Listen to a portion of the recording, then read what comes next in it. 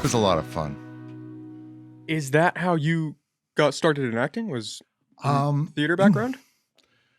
I how I got started in acting. I think I was for some reason I had a love.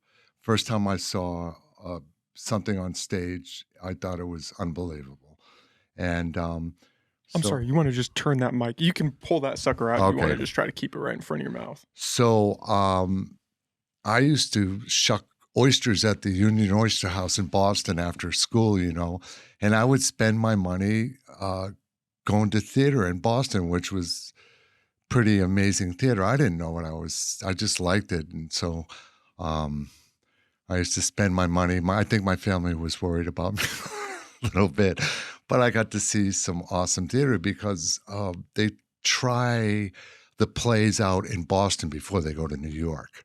A lot Oh, of so you gotta see, I got great shows almost before they went down to Broadway. I didn't know what I was seeing, but I saw some great theater. Richard Harris and Camelot and Anthony Quinn and Zorba the Greek, just classics, which, yeah, I don't know where it came from.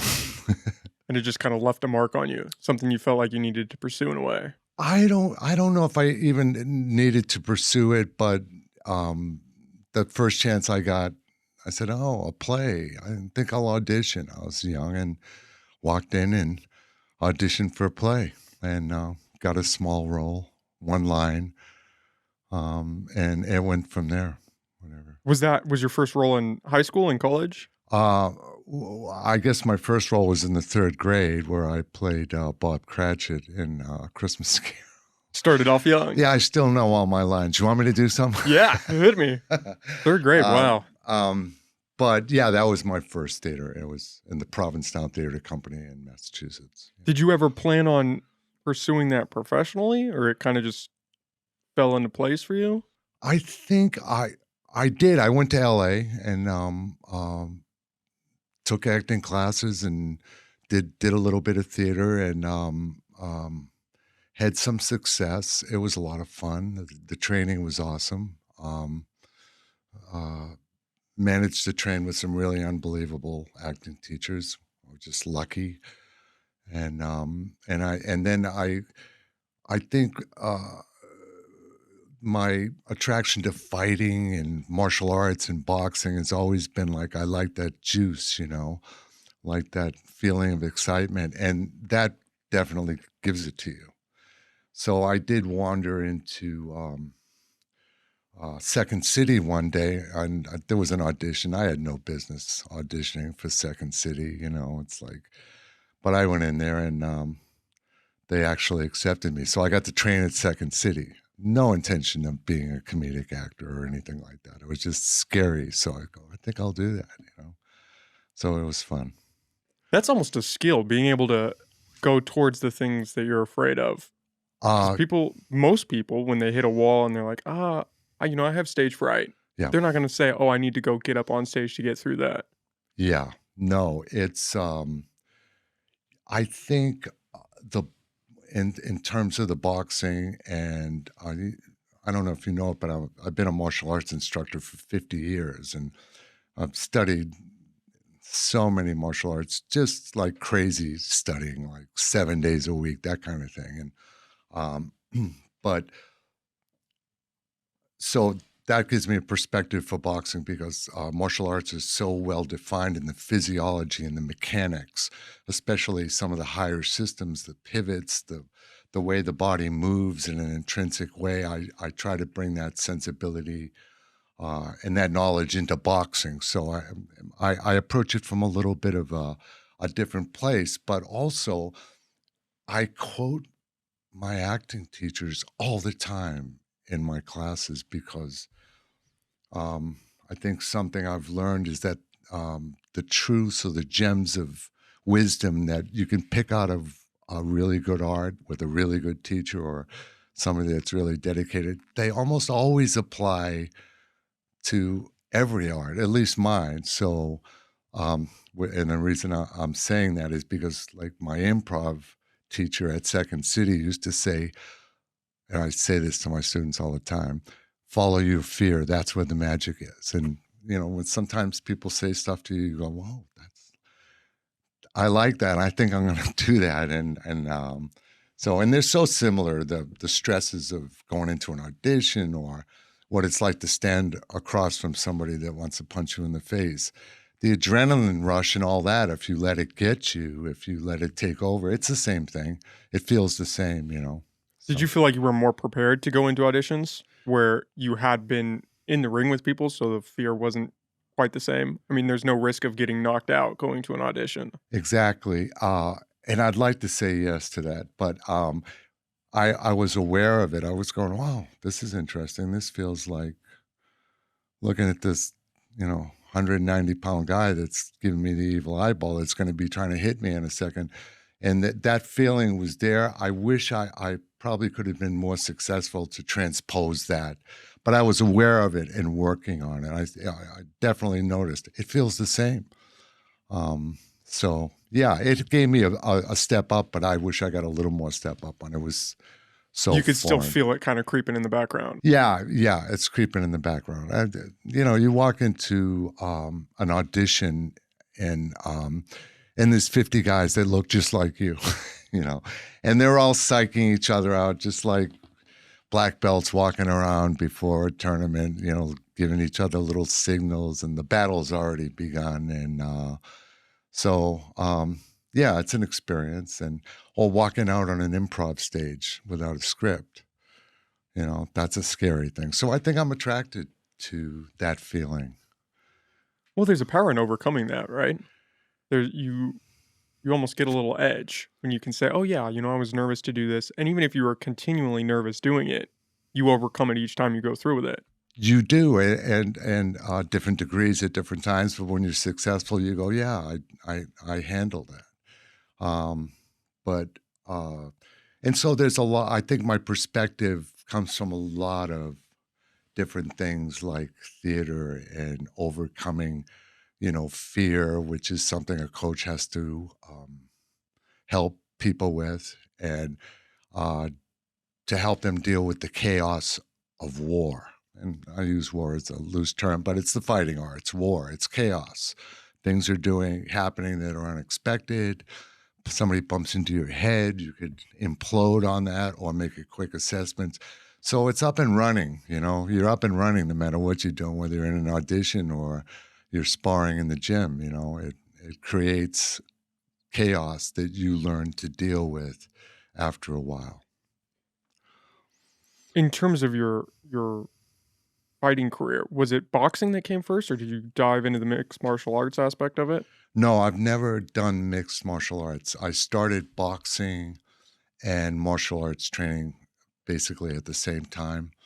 And it was mostly traditional martial arts. So MMA wasn't around yet. There was kind of like the inkling of it was starting to happen. A fighter named Benny Yaquidaz had a school, and they were they were practicing this no nonsense, no gloves kind of martial arts. But I came from a more traditional background, and that's where I did compete.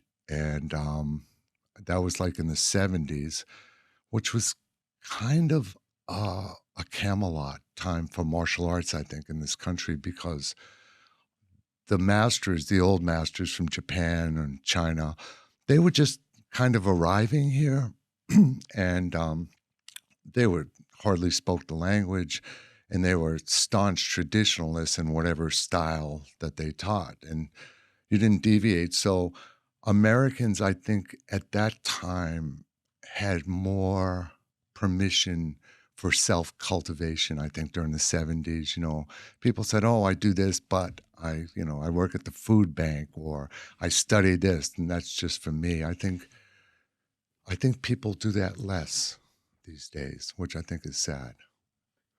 Less in the sense that they're more honed in on their craft, that they're almost absorbed by it in a sense, By their work. by the work. Yeah. So, I mean, I remember in those days they were talking about a 20-hour work week. We're getting so efficient. Well, people are up to 60 hours, and it just seems Oh, more. you mean work outside of training, Yeah. just general work. Yeah. They Okay. don't have time, I think, nowadays for just a portion of their lives for self-cultivation.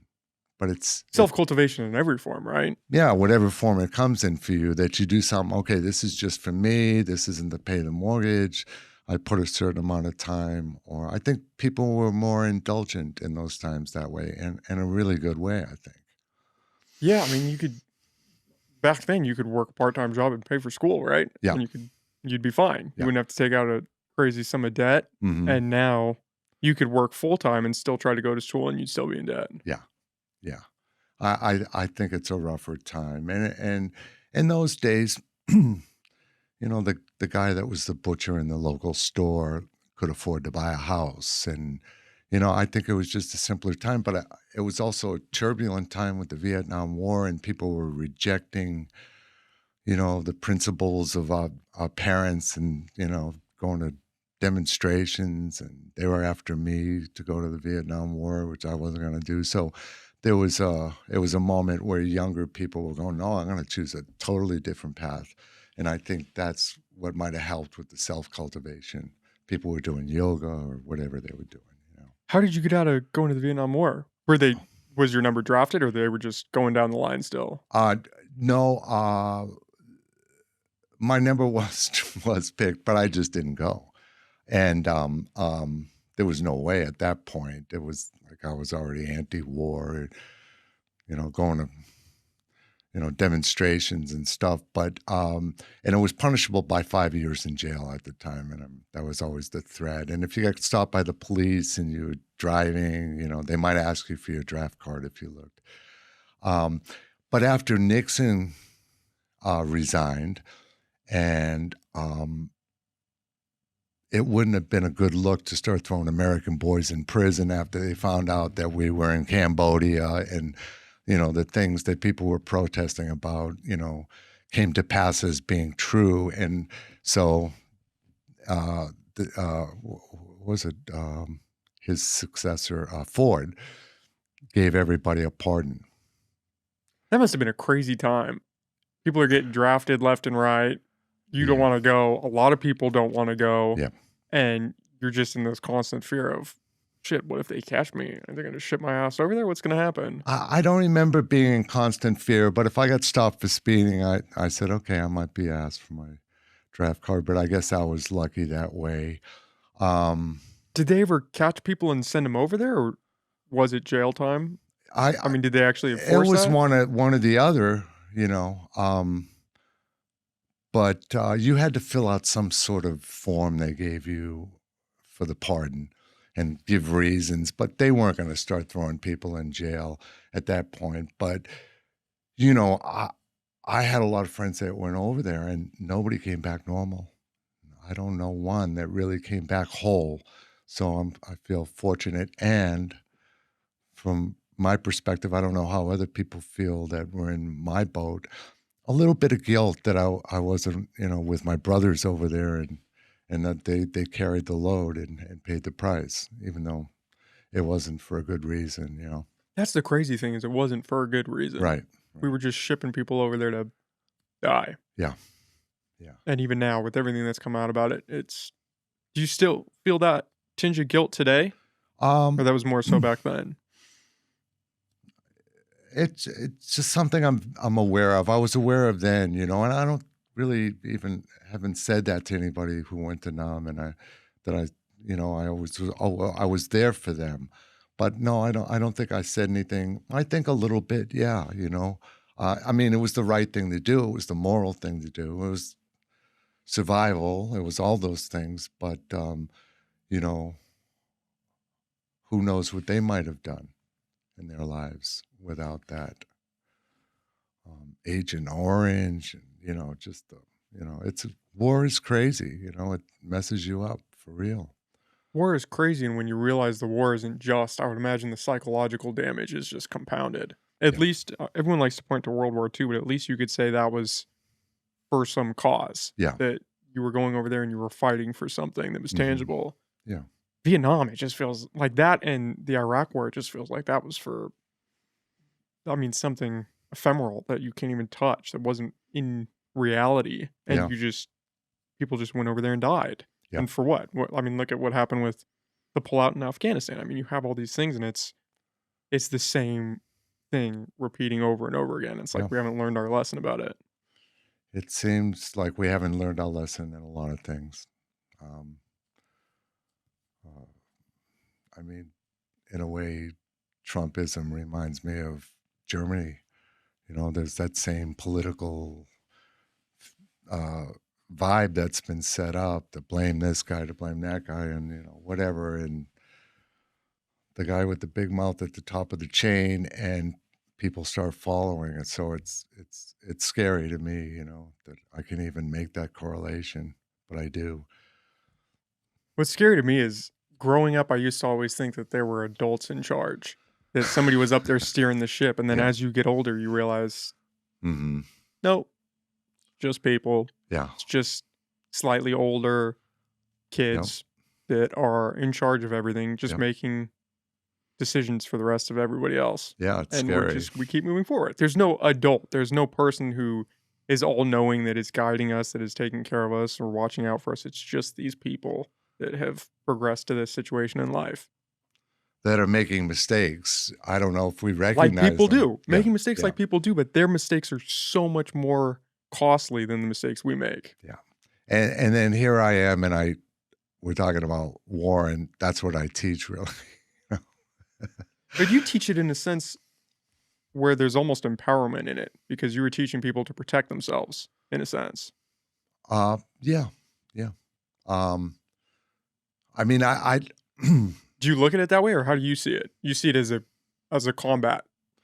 I do for sure, but I I try to look at it as I'm a janitor sweeping the floor. I don't concern myself with that and any of the good things, which there are many that come out of fight training, whether it be martial arts or boxing.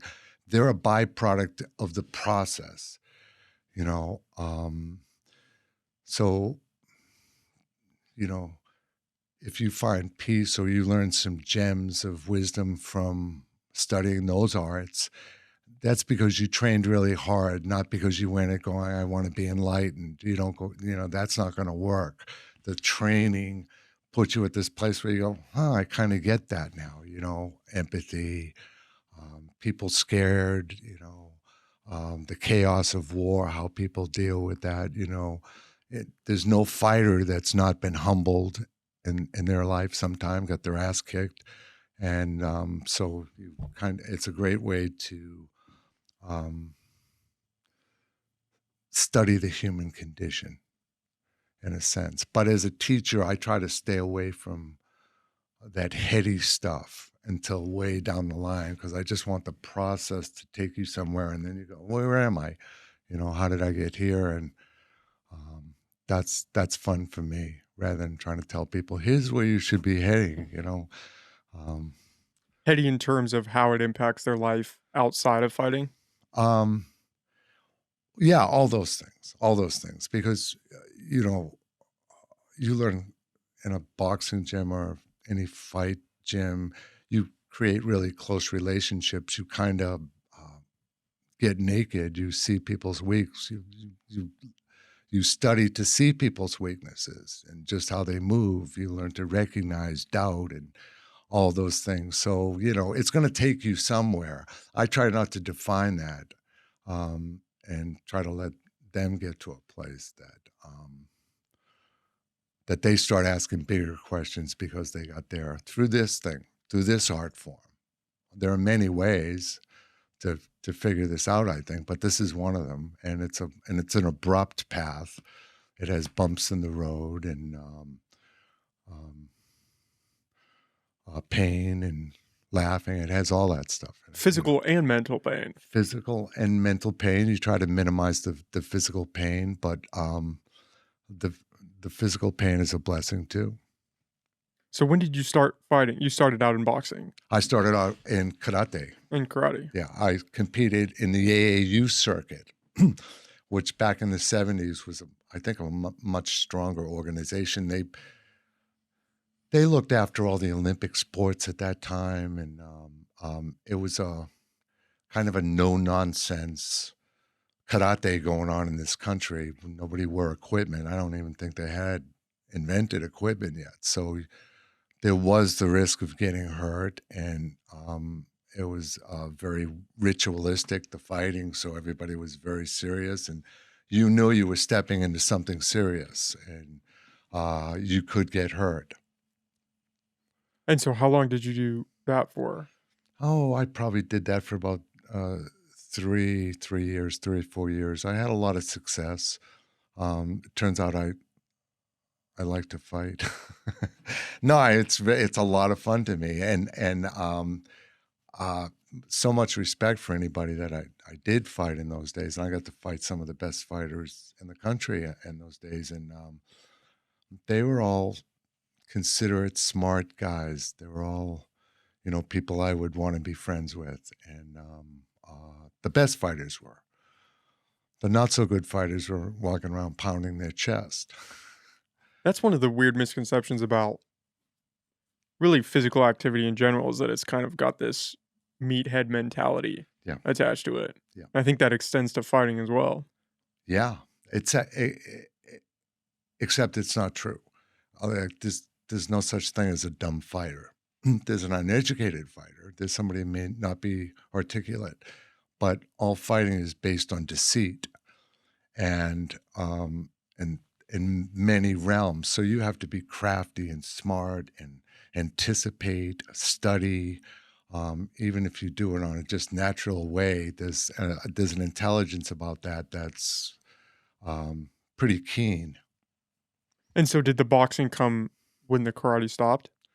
No, I studied boxing and karate, and I studied kung fu and studied a bunch of styles, but I always did them. And the reason I did boxing was I wanted to develop hands because once I decided I was going to compete, I wanted to have really good hands. So, and that was a smart move because I had good hands. Did most people cross train like that back then? Um, It seems like when you see karate schools, they say, they list about 20 things they teach, and there's always boxing on there. I don't know if they studied it diligently or everybody put on a pair of boxing gloves at some time, but it doesn't make you a boxing instructor. But definitely the skills that if you're trained correctly in the martial arts, you know, it'll only make you a better boxer because there's a keen sense of concentration in martial arts that you can bring to boxing. Um, an understanding of the physics and the mechanics that boxers do, but you could do them a little better if you got in a little lower stance or just looked at the world from a little different point of view. So I think it really enhances the boxing. Well, that's the beauty with mixed martial arts today, right? Is it takes all of the best parts of a variety of different Yeah, fighting styles and puts them together and says, "Okay, here you go." yeah, yeah. And I've my son's a big UFC fan, and I reluctantly have come to enjoy it. Always had respect for them because I respect anybody who steps in a ring. But in the beginning days, like I was talking about in LA, um, the, it wasn't MMA then, or they were calling it something else, but they were all juicing and they were all kind of crazy. And, I stood in the shadow of their thigh muscle, on a sunny day. And they were out there. They weren't that well trained. So they were like, the crazy guys who decided they wanted, and they were just beating the crap out of each other, but their technique was not refined.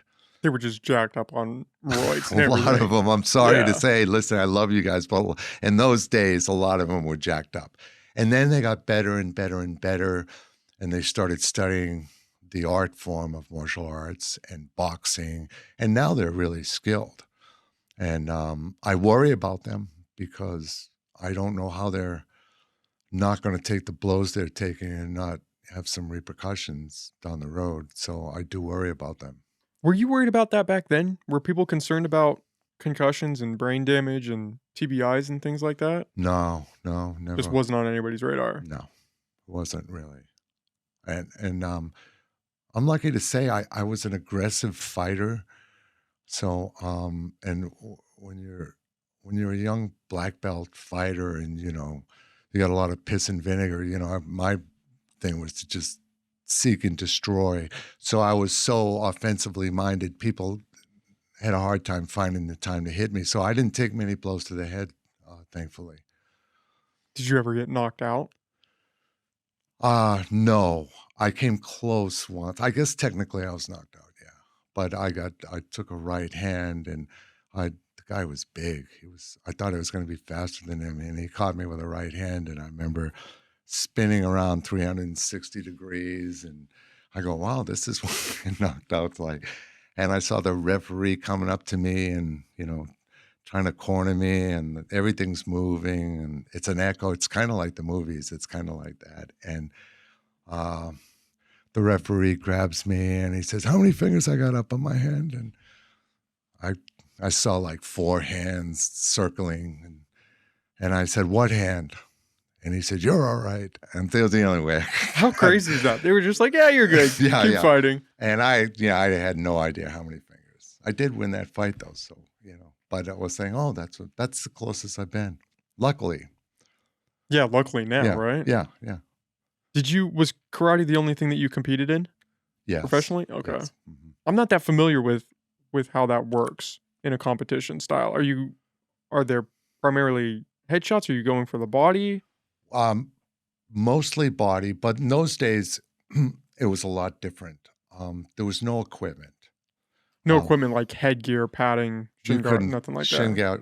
You would get disqualified for wearing any kind of equipment besides a cup or a mouthpiece. You could pretty much hit to the body as hard as you wanted. If somebody got hit and went down and couldn't get up, you won. If you hit them to the face and split them, if you drew blood from the face, you could be disqualified. So the facial contact was up, or the lack of facial contact developed a really finite accuracy. So you could come up and hit somebody to the eye and come within a quarter of an inch and come back, and that would be considered a point in those days. But mostly you would go to the body because you could hit them to the body. And So you wouldn't actually connect with their face. You would no, just get super close. yeah, yeah. And if you were this far away, it wouldn't score. You had to be like there, and it had to extend and come back. So it couldn't be like today. I think at the karate tournament level, but this was pretty high level. That we're going to the Pan Am Games, and the worldwide competition. So but now if you go and they have big soft things, and if you touch him, but it had to be delivered to the face in a straight thrusting way, have impact and come back to show incredible control. That's the only way that would score a point. So the body was the primary target. And that wasn't because they were worried about damage to the face. It was just the blood. You couldn't have blood coming down. Well, no, I hopefully they were worried about the damage to the face. You're bare knuckled. You're punching mostly with the one knuckle on your hand. So anything to the face, it's basically going to be bone on bone. So it's going to cut immediately. So yeah, they were trying to prevent that. And the element of control was a big part of karate at that time. It was the World Union Karate Association, and that they want that accuracy and that beautiful movement coming in and pulling that hand back. But people got carried out, that's for sure. Well, yeah, I mean, you can kick, right? You could throw kicks to the body. You can kick to the body. Yeah, I mean, if you take a rough liver shot or something, I mean, you're gonna, Oh, yeah, it's gonna be painful. That's gonna be a wake up call. yeah. I remember at the 81 Nationals, AAU Nationals in Chicago, um, the Olympic Committee was looking at karate. I say karate because it's two words. Most people say karate, but it's kara, meaning empty, and te, meaning hand. It's really a Buddhist definition. It really means empty mind. But the Olympic Committee was looking at karate and taekwondo as a possible Olympic sport edition. and they changed the rules and did some changes, and everybody was trying to clean themselves up. And I remember that tournament, 50 people a day got carried out, where the mayor of Chicago was saying, I'm closing this thing down. Jesus. So, and Taekwondo won over karate that year. Why was that? Just the technicality of it? I think they were more unified. I think they presented a more unified organization. And they won out. That must have been a bummer. I think it was. I mean, it was, it was it was a good look into the politics of sport for a lot of us, because things changed when all of a sudden this might be Olympic sport. People were in the higher echelons of AAU and WUCO. We're all jockeying for positions that were going to be lucrative in the future, So I think rules were changed that endangered because they wanted a more exciting fight, and the rules they changed made it more dangerous, clearly. And I think karate was less successful in keeping those injuries down than Taekwondo, which is Korean. Was there money in it back then, or was this just you were just fighting? No, there was no for reputation. No, there was no money. I mean, the only money that there was in the sport itself, running the organizations and stuff. But it was amateur sports, amateur athletic union. How did you get involved in that? What made you want to start? I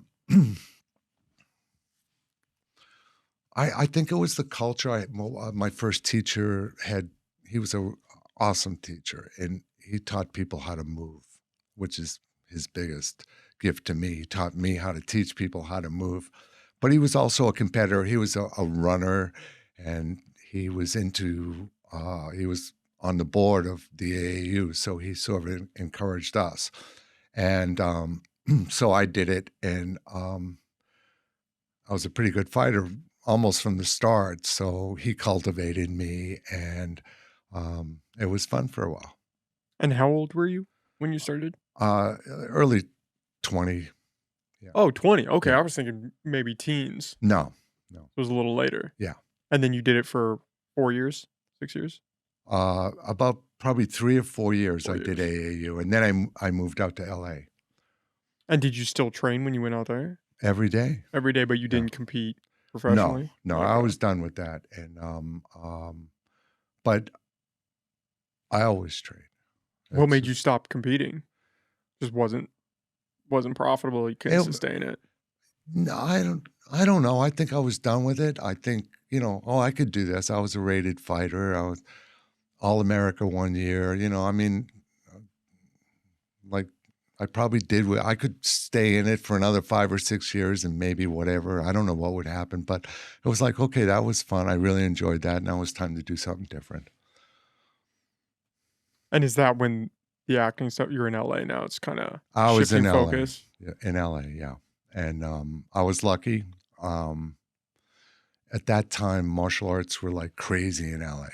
Everybody wanted to practice martial arts. Bruce Lee and David Carradine from the old series Kung Fu. Do you remember that? And it was like a martial arts craze in LA. So I had credentials, and I started teaching. I didn't plan to, but I started teaching in LA, and I was teaching producers and directors and actors, and that led to a couple of roles, and started taking acting classes, studying with as many people as I could, and took it for a ride. But made a few bucks, got to travel, did a lot of bad movies. You could see in a drive-in in Texas, maybe some Saturday night. I wasn't as dedicated to that art, although I worked hard, because you can't go there and not work hard. But in retrospect, I didn't give that what I gave and continue to give my martial arts, which, I mean, I've made a small fortune teaching martial arts. Only kidding. No, you nodded like you believed me for a second. I was buying you for a second. The money is unbelievable.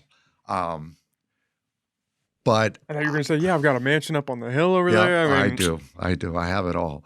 Um, and so that sense, I had this thing that I loved from day one. I'm going to do this forever. Who knows why? I have no idea why. But I always felt fortunate that I found something I love to do. So I found other ways to pay the bills. did you do you love the teaching aspect of it more than the actual practice of it in competition? Um, well, yeah, I think so, but I'm at a stage now in my life where that's all changing. Yeah, you don't wanna be fighting now. You don't wanna be getting in the No, no, ring, I'm not fighting going anymore crazy. unless I'm in Old Town on a crazy nut Yeah, a Saturday homeless night. guy walks up and says, Yeah. "Hey, we're gonna have a problem." No, I'll leave the homeless guy alone. Um, no, no, teaching's an awesome gift, and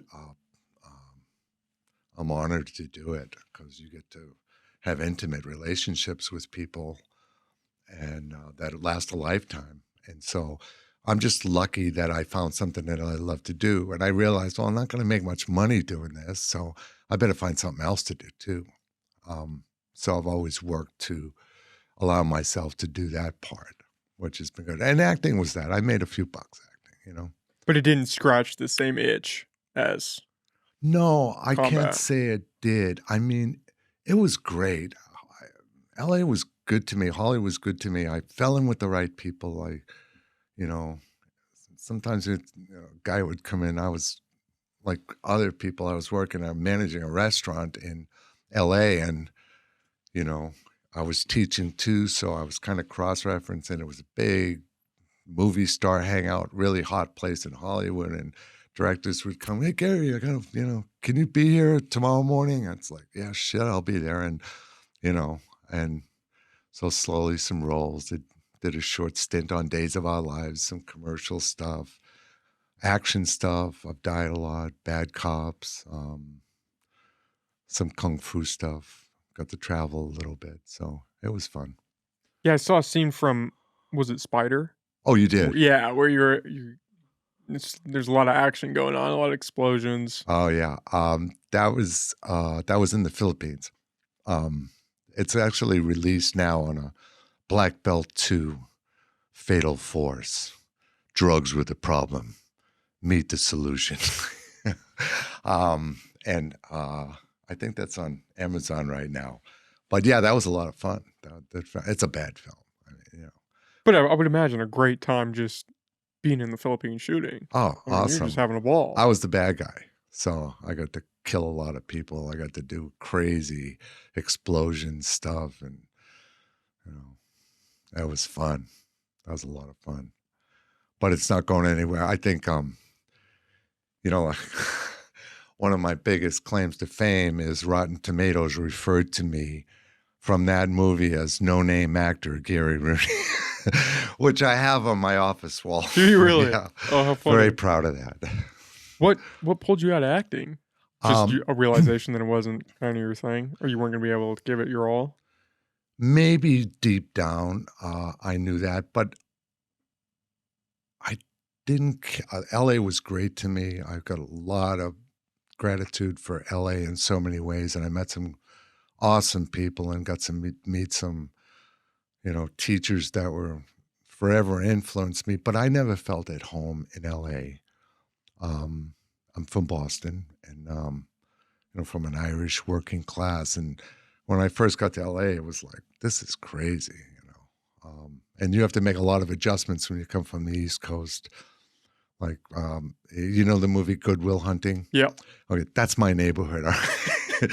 So from there to land in, I lived on Cape Cod for about 8 years before, but that's where I grew up. So to land in LA, you just go, wow, this is crazy. People are crazy. They don't seem, in a lot of ways, they don't seem that happy even. And I met a lot of successful people, famous people. I worked for Dudley Moore and Liza Minnelli, and I trained, and I'm like looking. I go, wow, they got bosses too, and they got more money than God, but I don't know if some of them don't look that happy. So I never felt at home in LA. Like I knew I wasn't going to live there, so I had a good year, and I decided, "All right, I'm getting out of here." I had enough money to pay cash for a house. And so I moved to Portland, where they had a acting community there, and they had a SAG office there, Screen Actors Guild office, and they were like shooting a lot of movies there. So I said, I'm going there. So I drove up there in a van and bought a house in one day, wrote a check. I said, I'm living in Portland now, and loved it, and worked there, got some work. But then the film industry moved to Canada. Do you remember that happened? Mm-mm. Well, Canada made the film industry all sorts of deals. Come here, no taxes. So productions were flying out of the U.S., even out of Hollywood, to go to Vancouver to shoot films because they could do it, uh, $6 on the 10 or whatever. It was unbelievable. So they were stupid not to. Well, that closed all the smaller markets in the film industry, the small cities like Portland, which had to have a SAG office, there's some work going on. So, but those small cities that had acting stuff, it all went to Canada. And at that time, I had met my wife and we had a baby, my son. And it was like, okay, what's going on now? And she's an artist. She's a potter, kind of well-known potter, Kate Purcell. And I was not going to bring my family to LA to like, chase this dragon, whatever it was going to be. So it You was, just didn't want them around that no, soon. I didn't want to bring up a son in LA. Didn't want to do that. So we lived in Portland for a while and then we moved down here, which she always wanted to do. My wife, she's a card carrying hippie. So she always wanted to come back to Humboldt County. So I kind of made that deal with her when we got married. Was she from here originally? No, she's from Connecticut. But then she went to school in Wisconsin and then ended up here working at a organic farm. And, she was, and loved it here. So she always wanted to come back here. And it turned out to be a great place to bring up our kid. So, Yeah, better than LA, I would imagine. yeah, I think that's a safe bet. a lot of pitfalls in LA, and I think especially now, I think it's really hard to be a young person. I really do. I think we had it easy. I had it easier. Things were simpler. Now, I don't know, young men don't seem that confident to me anymore. There's all this doubt and, you know, Oh man, there's a lot to unpack there. yeah, I think people don't understand that it's hard to be a young man right now, I think these days. I really do. So I feel for them. But this was a good place, you know, to bring up a young man because people are pretty, for the most part, forward thinking here, and so we made a good plan coming here. What do you think that stems from? Because I agree with you. It seems like self confidence, these previously held masculine qualities almost seem to be beaten out of men or Yeah, looked down upon in a way. I think you might have just put your finger on it. I hate to sound like that guy that it's on the I forget his name. He's always Jefferson, or he's the guy that worked at Harvard. He was a teacher at Harvard. They threw him out for his right thinking ways, but he really stresses on that young men are in trouble right Was now. that the judge that recently happened No, to? not the Okay. judge. He was a professor there, and why can't I think? I forget his name. Maybe it'll come to me. But he's online all the time. His little spots. He's on every show, and people hate him. And I don't agree with much what he says, but that part I kind of get that young men are in trouble right now, and um, they're the permission to have a relationship or how they relate to women is totally different than when we were kids. If we liked a girl, we'd ask her out, or whatever. But now they're reluctant. They're reluctant to cross all these lines. I don't have the answers. I just go, wow, man, it looks tough right now. I'm glad I'm not living now. It seemed a lot easier for me to feel confident, and maybe for bad reasons. I don't know. The root of my confidence might have been from some messed up stuff, but It was easier. You agree? I agree. Yeah. Yeah, 100%. I'm not 100% sure why, obviously, because I've only lived in this time period, so I didn't get to Mhm. see that. But you look at the culture, which has some negatives to it for sure, but it just seemed like what a man was is significantly different than what a man is today, I guess you could say. Yeah, and a lot of good reasons that they should be different than they were in those days. I get that too.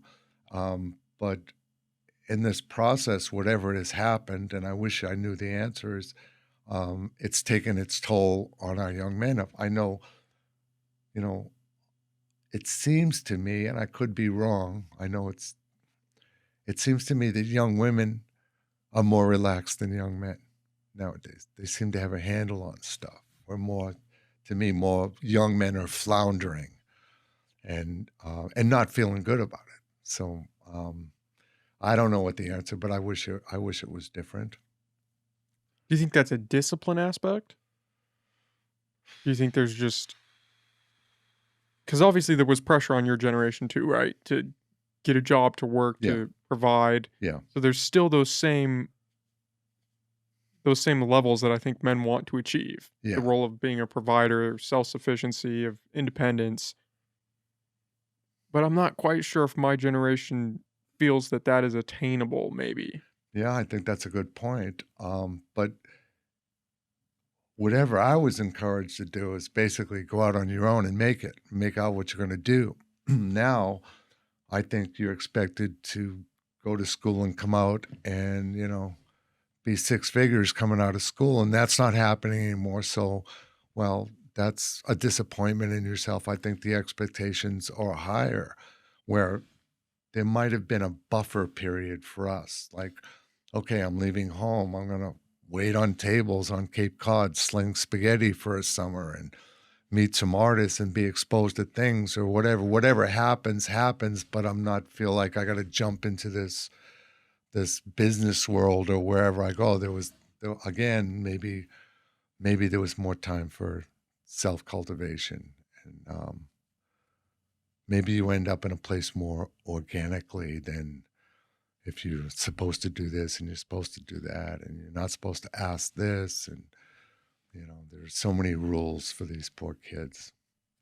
Do you think that picking up fighting, that it helped you in that regard? That it gave you something to kind of hone your energy into and almost a mirror that you could look at your reflection in and say, okay, maybe I'm a little weak here and I need to strengthen this or I need to get better in this regard.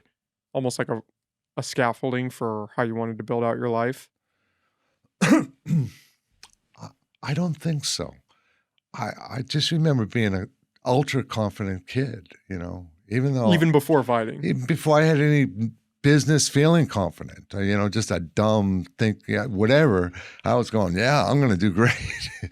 I whether it was naive or not, I don't remember going through that awkward stage that I always felt like, yeah, I'm gonna figure this shit out and it's gonna be good in the end.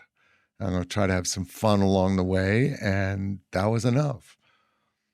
Um, I need to cultivate that kind of confidence in my life because I'm lacking in that department. really? That idea of just, yeah, it's just going to pan out. I think I don't have that built into me in that way. Well, I mean, it brings you back to fighting where you put in an unknown, you put in the chaos, and there's a lot of ways to have doubt. And you just like go, okay. It's like, um, and teaching women. I'm teaching a lot of women now, um, which I didn't expect, but they turns out they like to hit shit too. So I'm actually bringing or trying to, and I do pretty successfully because I've been teaching a long time, bring people through the different stages of like, well, this doesn't feel good, you know, getting conked in the head or just not that you're getting hit, but just the uncomfortability of incidental contact, maybe bumping your head and they like overreact and or whatever. And it's getting through that confidence is, you know, in sports, they say it's based on reps. If you're not confident, do reps. You'll get and fighting it is. I don't know. I think, growing up in a working class, Irish neighborhood in Boston, everybody was kind of confident and nobody probably had any business being confident, but it worked. you know. Well, and that speaks to that work ethic idea, right? Because that's where I find my confidence in terms of work ethic. I feel pretty solid in that because I Hmm. know how to put my head down and just Yeah. grind it out. It's when you get into the realm of life and what's next and what kind of path are we going to carve out because there's so many options, there's so many different things. It's almost paralysis by analysis that there are Uh, so many different directions that you can go in. Where do you start? You have yeah. to first take a step, and there's so many different ones you could take, you almost just stand still for fear of taking the wrong one. Well, sometimes I don't counsel. I mean, I have a lot of young men students, and most of them don't need this kind of counseling. Um, I end up with extraordinary kids somehow. Like they piss me off. They're so extraordinary. I go, but I tell, yeah, and kids don't like to be mentored right now. I might find, like when I was young, I remember I would see some guy who owns the store or the restaurant or whatever, and I would always be looking at them, go, "How do you get that? How do you work that out?" And if they took the time to talk to me, I was like, "Yeah, yeah, tell me some more. I want to know. I want to know." I think I think there's an element of that missing where young people, if you say, "Hey, you might think about," they go, "Yeah, yeah," they don't really want to hear your advice a lot. It seems to me. So I'm old enough. Like, okay, whatever. I'm done. I don't need to talk to you about it. But the one thing I do say that when I get the chance to a kid who's like, "Well, I don't really know what I'm doing," and like, whatever, girls don't like me, and I go, all you have to do is walk in a direction.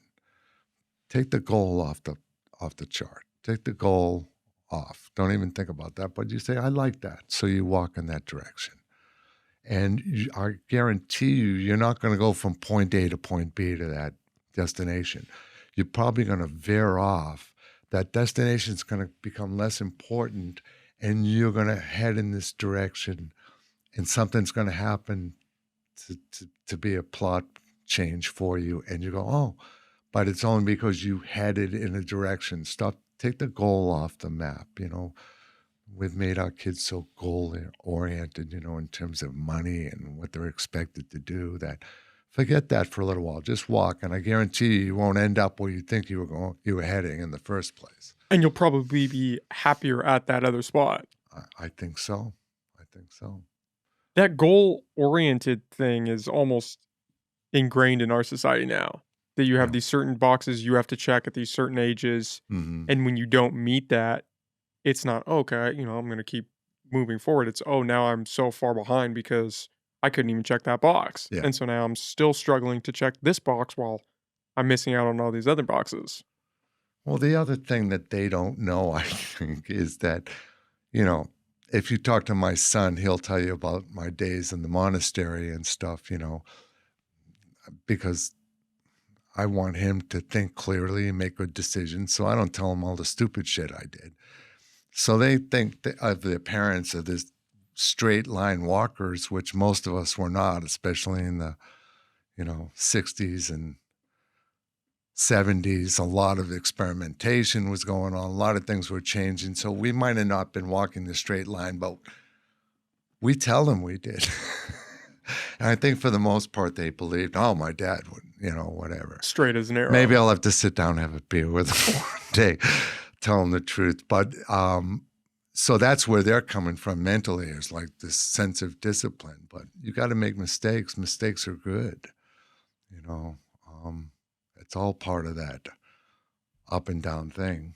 Um, but martial arts and fighting help with that. They really do, because, um, they have this Buddhist Zen, like, sort of sensibility to it. And it goes, of course, the four noble truths. The first one is pain. Life is suffering. It sucks, so deal with that. And so that transposes to fighting. Guess what? You got hit in the head. It sucks, deal with that. I think there's almost something romantic in that suffering, though, Yeah. that you're enduring. You're just the ability to endure, in a sense, that you can Hmm. take what life dishes to you, and yeah, you might get knocked down, but you're going to get back up and you're going to keep going. Yeah. I find that to be pretty appealing. Yeah. Yeah. But expect pain. It's going to come, and how you deal with that.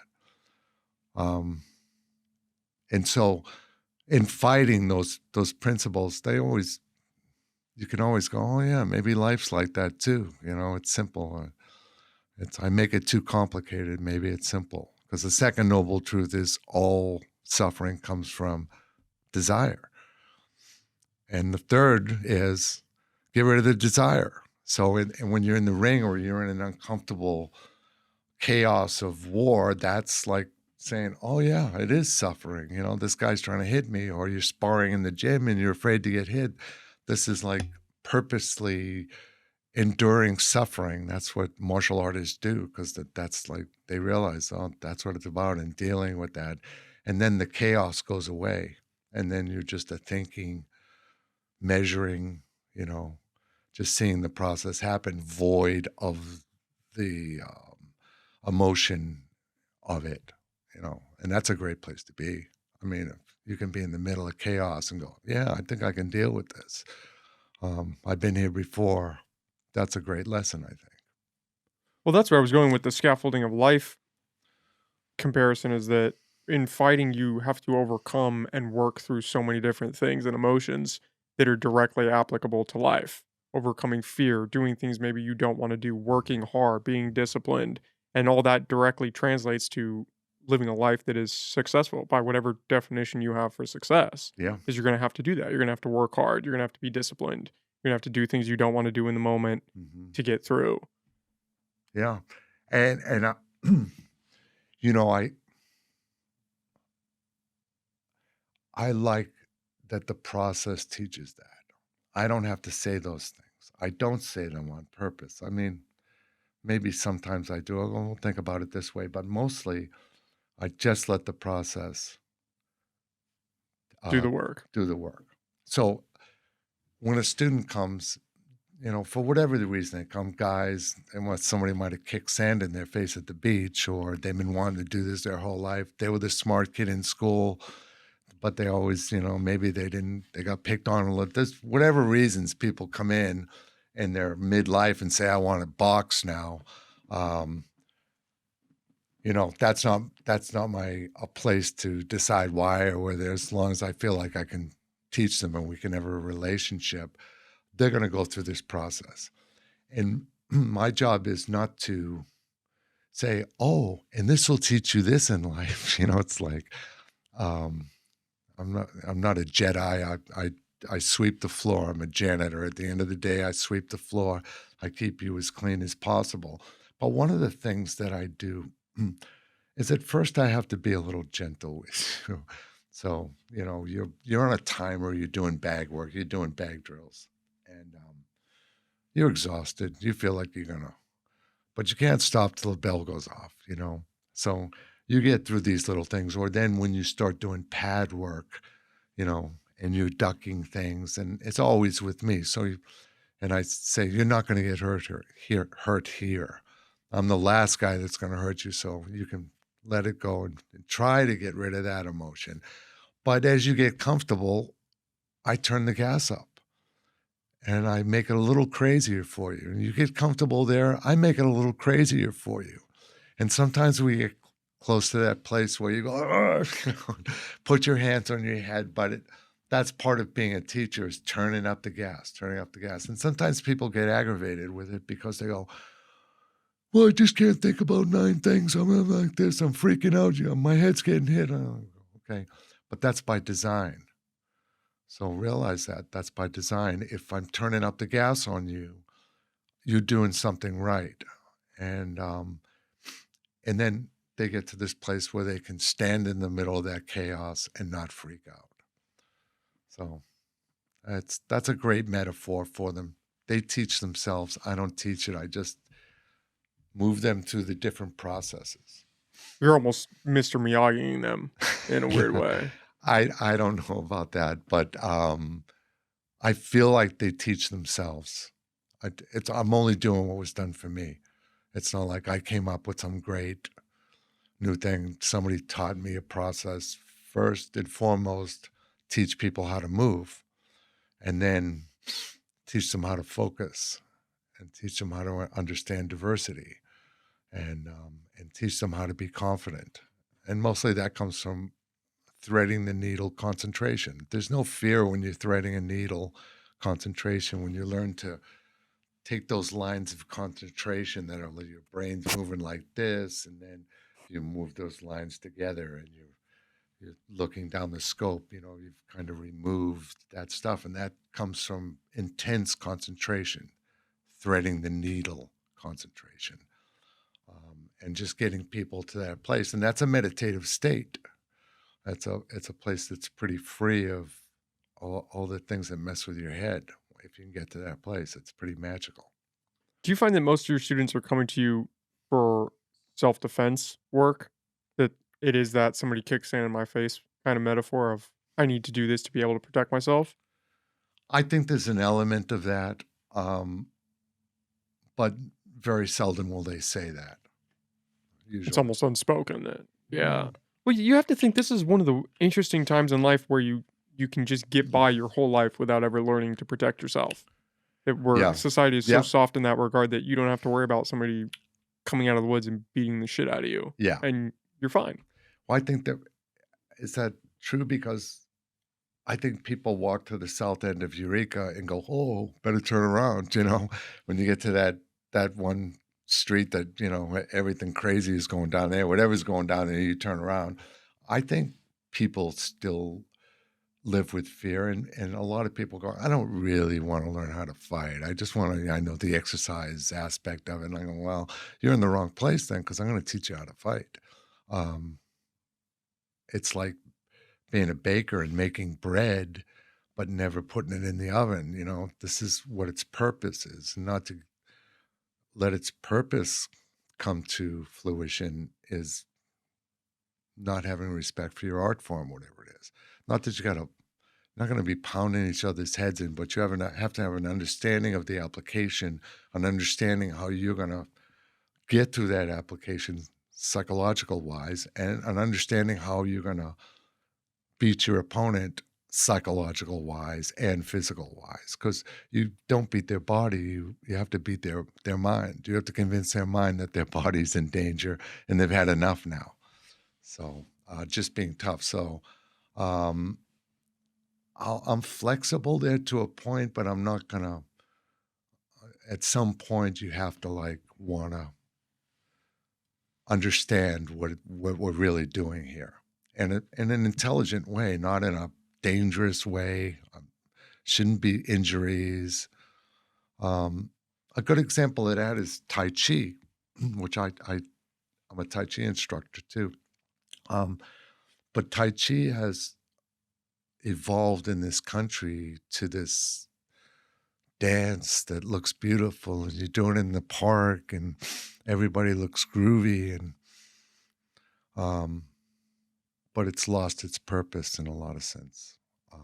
Most people that practice Tai Chi don't know what the applications of the martial art. And if you talk to them, I've stopped talking to them, but um, somebody came up to me at a party and said, "Hey, I heard you're a Tai Chi instructor," and I said, "Yeah." Well, I just moved to town. I've been studying Tai Chi, and we were talking, and I said, it was a woman, and I said, "So tell me something. What do you think about when you do Tai Chi?" And she said, "Oh, beaches, bunny rabbits, you know, bouncing in a field of lilies." And I go, "Great, great, great." She goes, "What do you think of?" I go, "I'm dispatching opponents."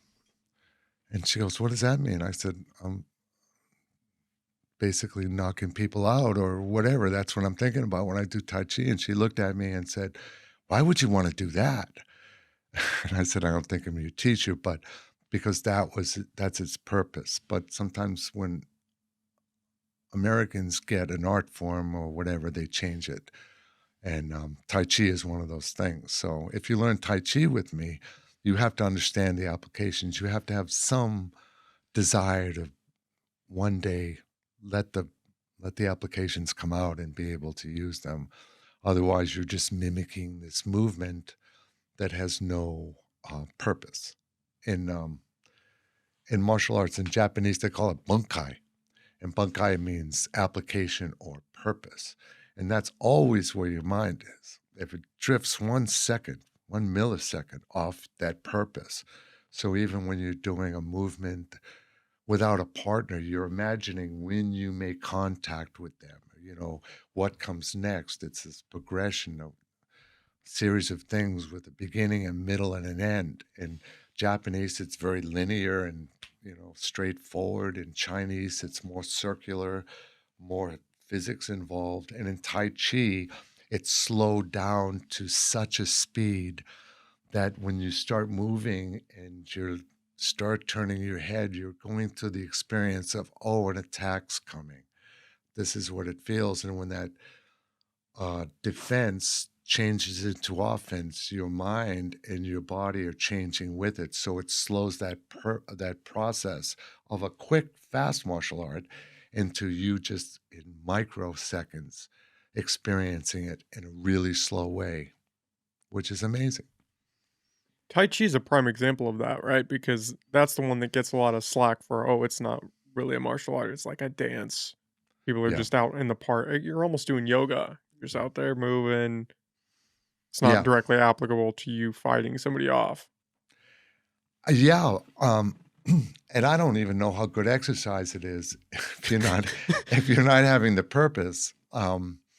The one thing that Americans did to martial arts in this country is martial arts almost always require a very low stance, a stance that's very uncomfortable, a stance that takes most people years to come anywhere near mastering where your legs are strong enough, but you essentially take your center of gravity and you slowly lower it to this point where you're solid, you're tied into the ground, even though you can be loose and water like, you're tied in. And Americans have, in a lot of cases in this country, taken the stance aspect out of it um, because it's hard, and a lot of people won't do it when they're in a stance for an hour and their legs are shaking and they go, "Who the hell wants to do this?" So um, I think a lot of us have figured out, well, let's bring the stances up a little bit. We'll get more students. They got to pay the rent. They got to pay the mortgage, just like everybody else. But Tai Chi can be accused of that for sure.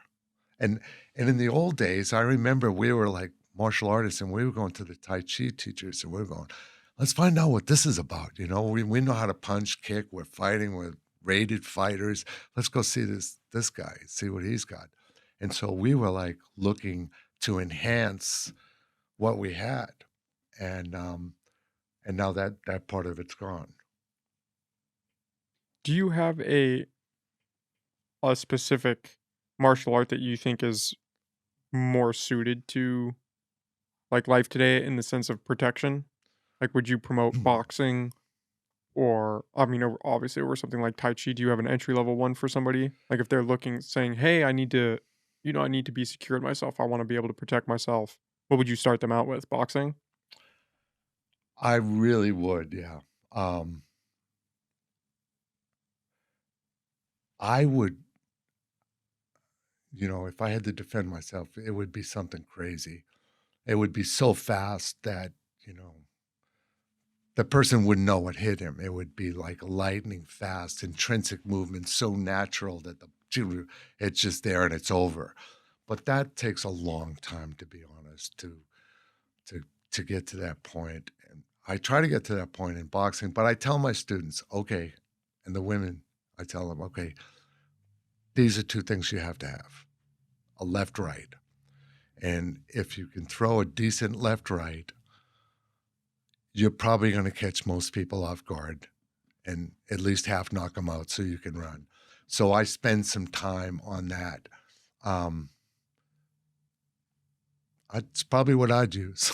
I mean, I do all these crazy martial arts, but if I had to defend myself, I'm probably gonna like left. And by the time you're in that stage of, oh, something happened, the person that gets hit with the left, the right's already on its way. It's a second torpedo. When that gets there, it's done. So it's an easy thing to teach if you're in the right frame of mind and you just follow through with it. That's probably going to work the best. Left, right, boom, it's over. Not many people are going to stand up to a good right hand on the chin.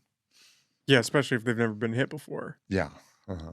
Do you have any experience with any groundwork, like jujitsu or anything like that? Um, there's a lot of grappling in some of the martial arts but I've not done jujitsu. I've done Aikido, but there's a lot of grappling. I do a lot of grappling, mostly pain compliance and um, Is Aikido the one that's using your opponent's movements against them?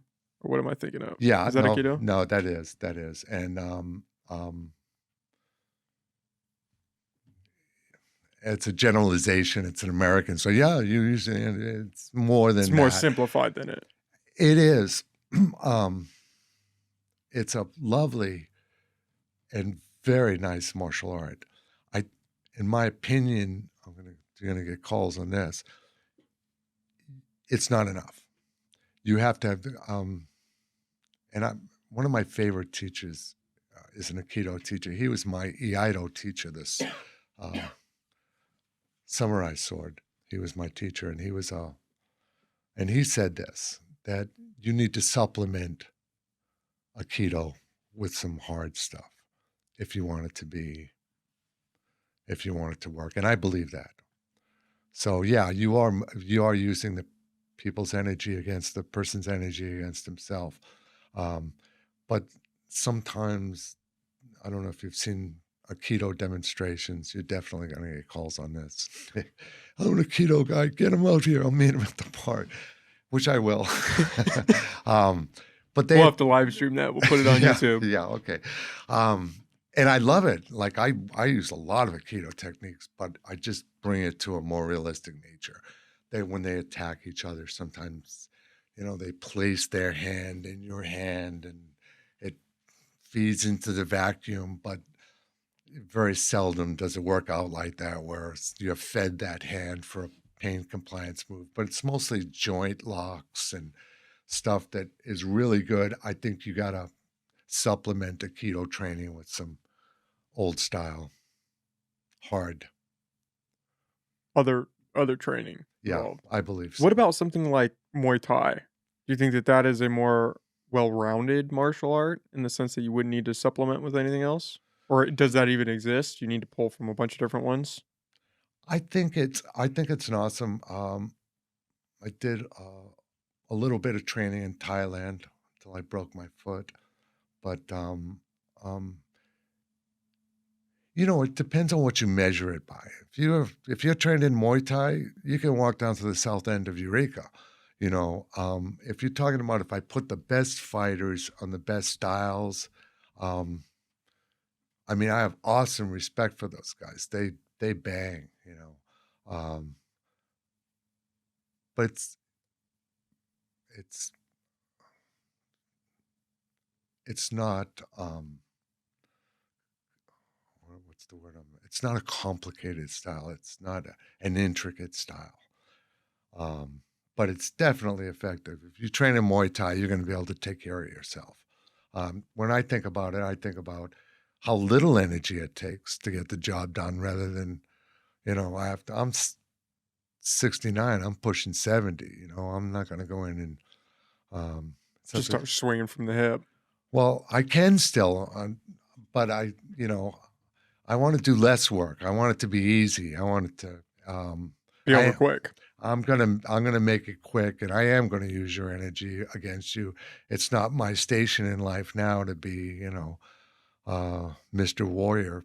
That being said, I still can for some reason. I hit the bag harder than I almost ever did, because the intrinsic movement is there. My body has learned to relax and just utilize every pound per square inch, measurement goes into the exact spot I direct it in.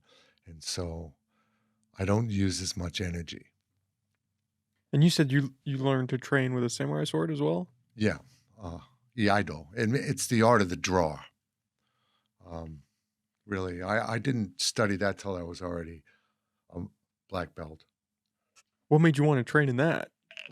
Just Um, to kind of further your direction down this path? well, Because that seems like such a niche training, right? Because how often are you gonna walk down the street with a samurai sword? yeah, it's true. And a friend brought me basically, if I'm in LA, right, and there's a famous Shotokan instructor at Oshima. I did my best to get in with him and go, you know, train me. I got to spend some time. So there was this Iaido teacher that had a unbelievable reputation, and I said, I want to meet him, and got an introduction and started training with him. I was glad I didn't learn that or start that study till I was already kind of accomplished black belt. But weapons extend your technique, they extend your reach, and but it still comes from your body. And he was an awesome teacher, just really skilled. How do you train for something like that? Does it have any live application where you're going against a real opponent with another sword? Because you're using live blades, so no, you don't. You have two-person sets that you do that would scare you to death, especially if you did it with him. But kendo, which you're talking about hitting with the sticks or whatever with the headgear, but iaido translates art of the draw. So quite often there are standing, but mostly you're on your knees with your feet crossed in the back. And it's very ritualistic martial arts. You bow to sensei, and there, and then you put your sword on in a very ritualistic way, and then um, you sit there in seizan and meditation, and then you explode off your knee, drawing the sword out and making a cut at the same time. And then there'll be a series of movements, always ending with your opponent's death. So if you'll do a series of movements, come up with a block and very specific movements with the body just directing the sword, but they say the sword directs you. And usually you cut the guy's head off. And so the last moment of that, you're looking down at the head laying on the ground, and then you come up and you do a motion with the sword that flicks the blood off. There is no blood, but you flick it off, and then here, and then you put the sword back in, you step back, and you're seated again. So it's very meditative and very threading the needle.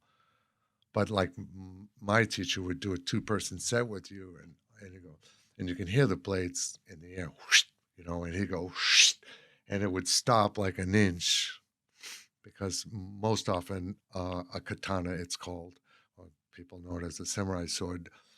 The end game is to get the last 3 inches of the blade through the skull on the top. So that's the bunkai. That's the application. So, but it's very specific how it moves. The blade has to come up and shoom, the way it builds up speed, so it has the right velocity to penetrate. Um, it's considered a very artsy martial art, but I learned a lot from it because it extended my awareness out here. When I put a sword in my hand, I went, "Whoa, this is powerful," you know.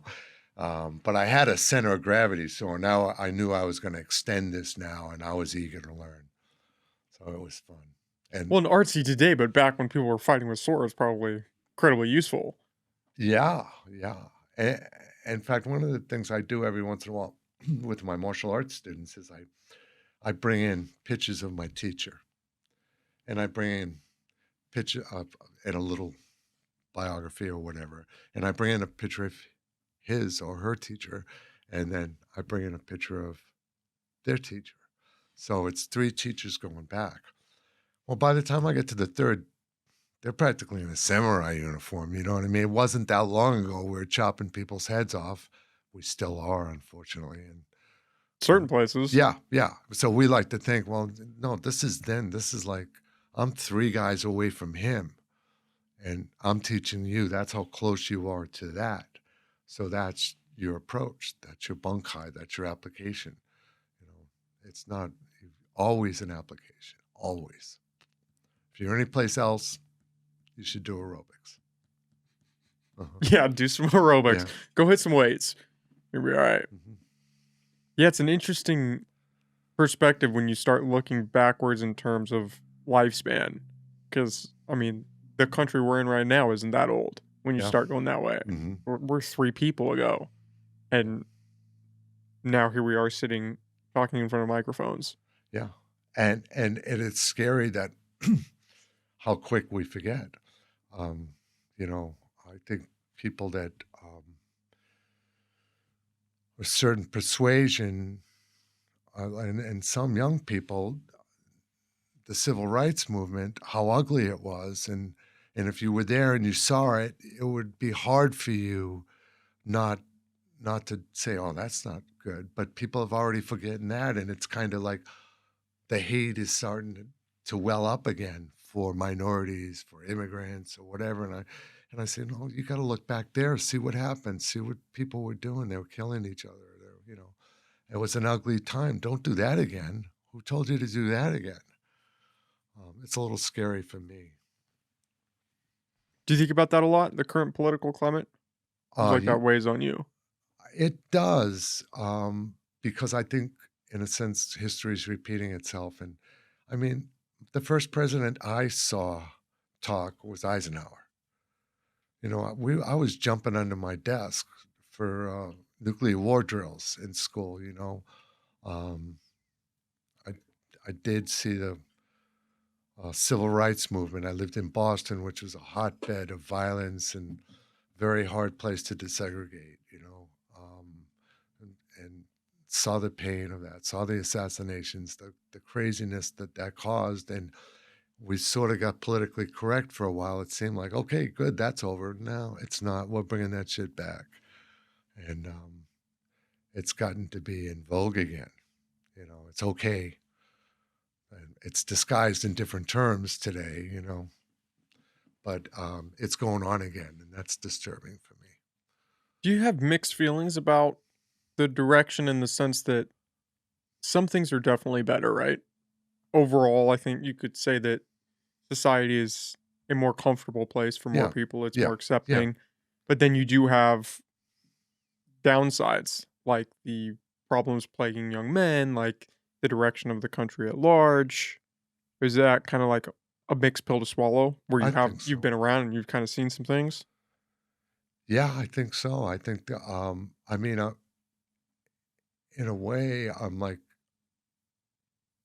I young people are great today. I think what I'm talking about, I don't think it's their fault, but I think, um, I have a lot of respect for them. There seems to be a work ethic. There seems to be a lot of good things. Yeah, it's a mixed bag. It's a mixed bag, and who knows? Who knows? I'm turning into one of those old guys that said, when I was a kid, it was like I had to chop wood before I went to school. We didn't have any psychological problems. Whatever. But yeah, it's just the returning of those things is most problematic to me. Um, Racism kind of building, rearing its ugly head. A lot of things were under the rocks, the crawly things, and then all of a sudden the rock was thrown open and people would be embarrassed to say what they believed 20 years ago, right? Because it was hip to be kind of cool. But now it's okay to go, well, then they're saying things that aren't so cool. And it's being allowed. Do you think those uncool things are more apparent today than they were in the past, or it's just you're you're more aware of it? Are they more apparent? No, I think they got better for a little while. For a blink, they got better after the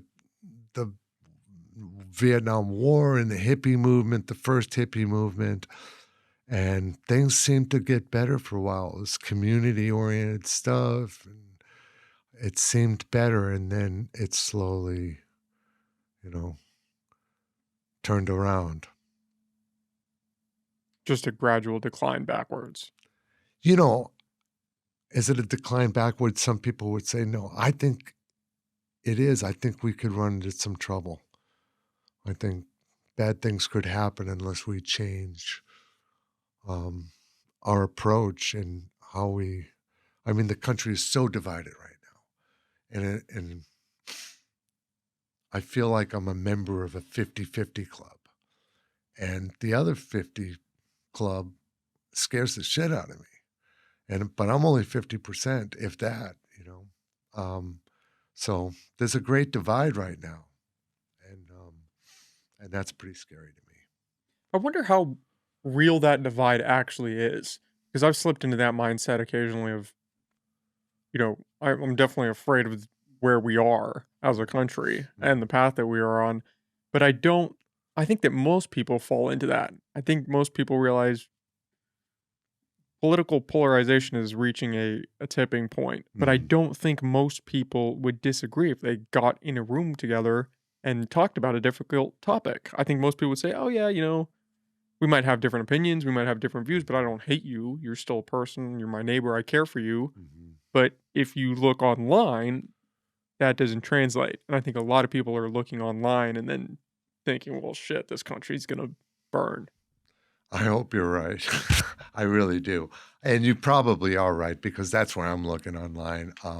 My world is pretty small here, really, so I hope we pull it together. I really do. It's hard not to feel like the enemy's on the other side in a way, I mean, so the Second Amendment stuff is always a vague threat on the other side, which is like, what's up with that? Yeah, we got guns. Yeah, so do we. You know what I mean? It's like that's always looming. There's this another level of threat. In the old days, it was like the SLA. Remember them? Symbionese Liberation Army, the Weathermen.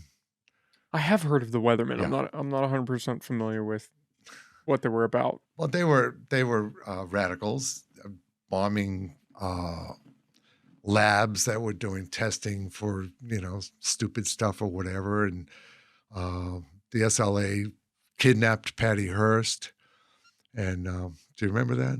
A little before my time, maybe. It was a little before your time, but it's from the Hearst. It was enormous, but the left was considered crazy and kind of violent in those days. They were out there, the Black Panthers, they were going like, we're coming after you. I think, and that wasn't good, but it kind of was effective in some ways, but it's kind of the other way around. I think the left side is kind of scared of the right, almost physically now, because there's always these threats. And I'm scared of both extremes. I think both extremes, I've seen so many videos of, you want to talk about left-wing people just beating the shit out of random people just walking down the street at some of those protests. And I'm sure it happens on the right too. When you get to the extreme of the political aisle, people just go crazy. Can I see that pen? Oh, yeah. Do you want a piece of paper too? You can say, are you trying to tell me something? Oh, yeah. We could wrap it if you like. We've done an hour and a half. Oh, we have? Yeah. Well, that was fun, wasn't it? It was a blast. Yeah. Thank you for coming on and talking with me. I enjoyed it. We got our lost subjects. We bounced around a little bit. Did we talk about boxing at all? Well, we could throw that in right now. We talked about a little bit about boxing, but that's how I found you, was the lab. Which, how long had that started? Did you just recently start doing that? It's been a couple of years, but I started off slow. Just building it up. Yeah, it's a small gym. Like I say, the women have come out like crazy. I'm teaching a bunch of privates, but it's been a lot of fun, and I love teaching people. I don't have 10 years to turn you into a black belt, but I can teach you a lot of the principles with boxing and stretch your limits a little bit. Get you started on the right track. Yeah. Well, Gary, this was a lot of fun, man. I really appreciate you coming Thanks, on. Nick. We'll Thanks have to do for this having again. me. Do you want to plug where people can find you, where they can find the lab if they want to join up? Can you just put a link? Yeah, that'll be fine. Okay. Do you want to say? Do you have a website? I know you have a I Facebook don't. I page. just use my Facebook page. Facebook page Yeah. is just the lab, The lab. Eureka, Yeah. right? Mhm. Okay. Yeah. All right. Well, Gary, really, this was a lot of fun, man. Yeah, me too. Thanks. I had fun. Thanks for having me, Yep. Nick. Whoops. There you go. All right. Thanks, guys.